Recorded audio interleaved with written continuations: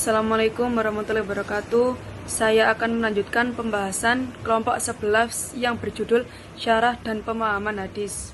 Untuk slide pertama, definisi syarah hadis, yaitu secara bahasa kata syar terdiri dari 3 huruf, yaitu sin, ro, dan ha yang memiliki arti al-fat atau pembukaan dan al-bayan penjelasan.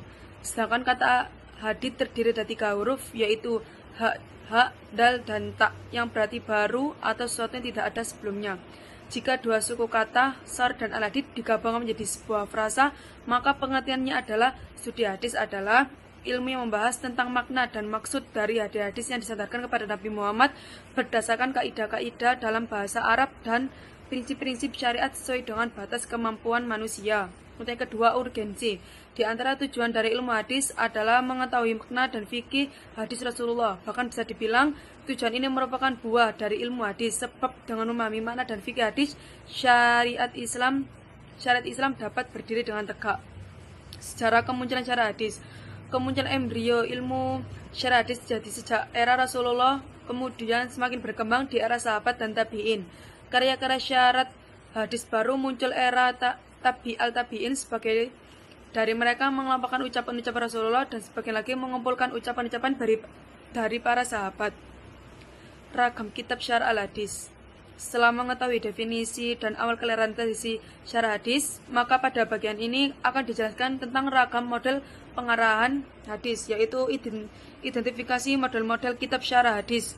Sangat dibutuhkan bagi para pengkaji hadis untuk melihat kecenderungan atau mengenali cara para pensyarah menjelaskan kandungan dari hadis-hadis Rasulullah SAW.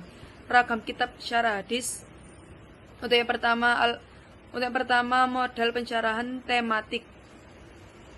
Langkah yang umum dilakukan pensyarah hadis dalam model tematik adalah dengan mengkaji hadis-hadis Rasulullah terlebih dahulu, kemudian menentukan hadis-hadis yang hendak disyarahi dari segi sanad maupun matannya dengan mengelompokkannya ke dalam tema-tema bahasan yang sudah disusun.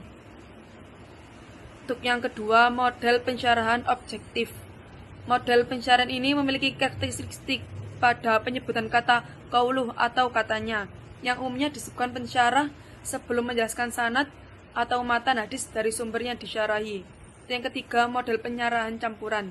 Jenis metode pensyarahan ini terlihat dari struktur pembahasan di dalamnya. Secara umum, metode yang digunakan adalah dengan cara mencantumkan teks hadis dengan lengkap baik sanad maupun matannya, kemudian diikuti dengan penjelasan dari sanad dan matan hadis tersebut. Metode pemahaman hadis. Untuk memahami hadis Rasulullah diperlukan metode yang tepat dan baik untuk menghindari kesalahan dan penangkapan pesan yang ada di dalamnya. Yusuf Al-Qaradawi dalam Kaifah Nata'amal Ma'al Sunnah Al-Nabawiyah menawarkan metode pemahaman hadis dengan memperhatikan sejumlah aspek, yaitu memahami hadis sesuai petunjuk Al-Quran. Yang kedua, menghimpun hadis-hadis yang saling terkait dalam tema yang sama dalam memahami suatu hadis. Yang ketiga, menggabungkan hadis-hadis yang terlihat kontradiktif. Yang keempat, mempertimbangkan latar historis hadis. Dan yang kelima, membedakan relativitas sarana dan sasaran statis hadis. Selanjutnya, memperhatikan makna majas dalam hadis.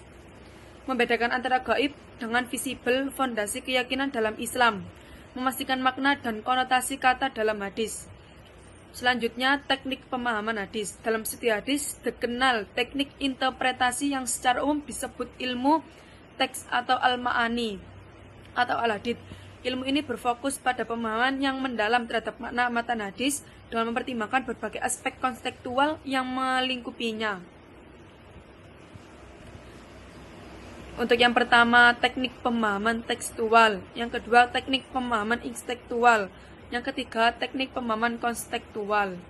Prinsip memahami hadis. Prinsip konfirmatif. Yang pertama, yakni mengkonfirmasi makna hadis dengan petunjuk Al-Quran. Mengingat sumber prinsip hadis adalah Al-Quran dan hadis adalah bayan bagi Al-Quran. Yang kedua, prinsip tematis komprehensif. Teks harus dipahami sebagai kesatuan yang integral, sehingga dalam pemahamannya harus dipertimbangkan hadis lain yang relevan guna pencarian makna yang komprehensif. Yang ketiga, prinsip legulistik, mengingat hadis terlahir dalam wacana kultural dan bahasa Arab. Terus untuk yang selanjutnya, prinsip historik, yaitu memahami latar belakang hadis, sosiologis masyarakat Arab secara umum maupun situasi-situasi khusus yang melatar belakangi munculnya hadis Nabi. Prinsip memahami hadis yaitu hadis Nabi di samping memiliki dimensi instrumental yang sifatnya temporal dan partikular, juga memiliki dimensi intensional yang sifatnya permanen dan universal. Sekian pembahasan dari saya. Wassalamualaikum warahmatullahi wabarakatuh.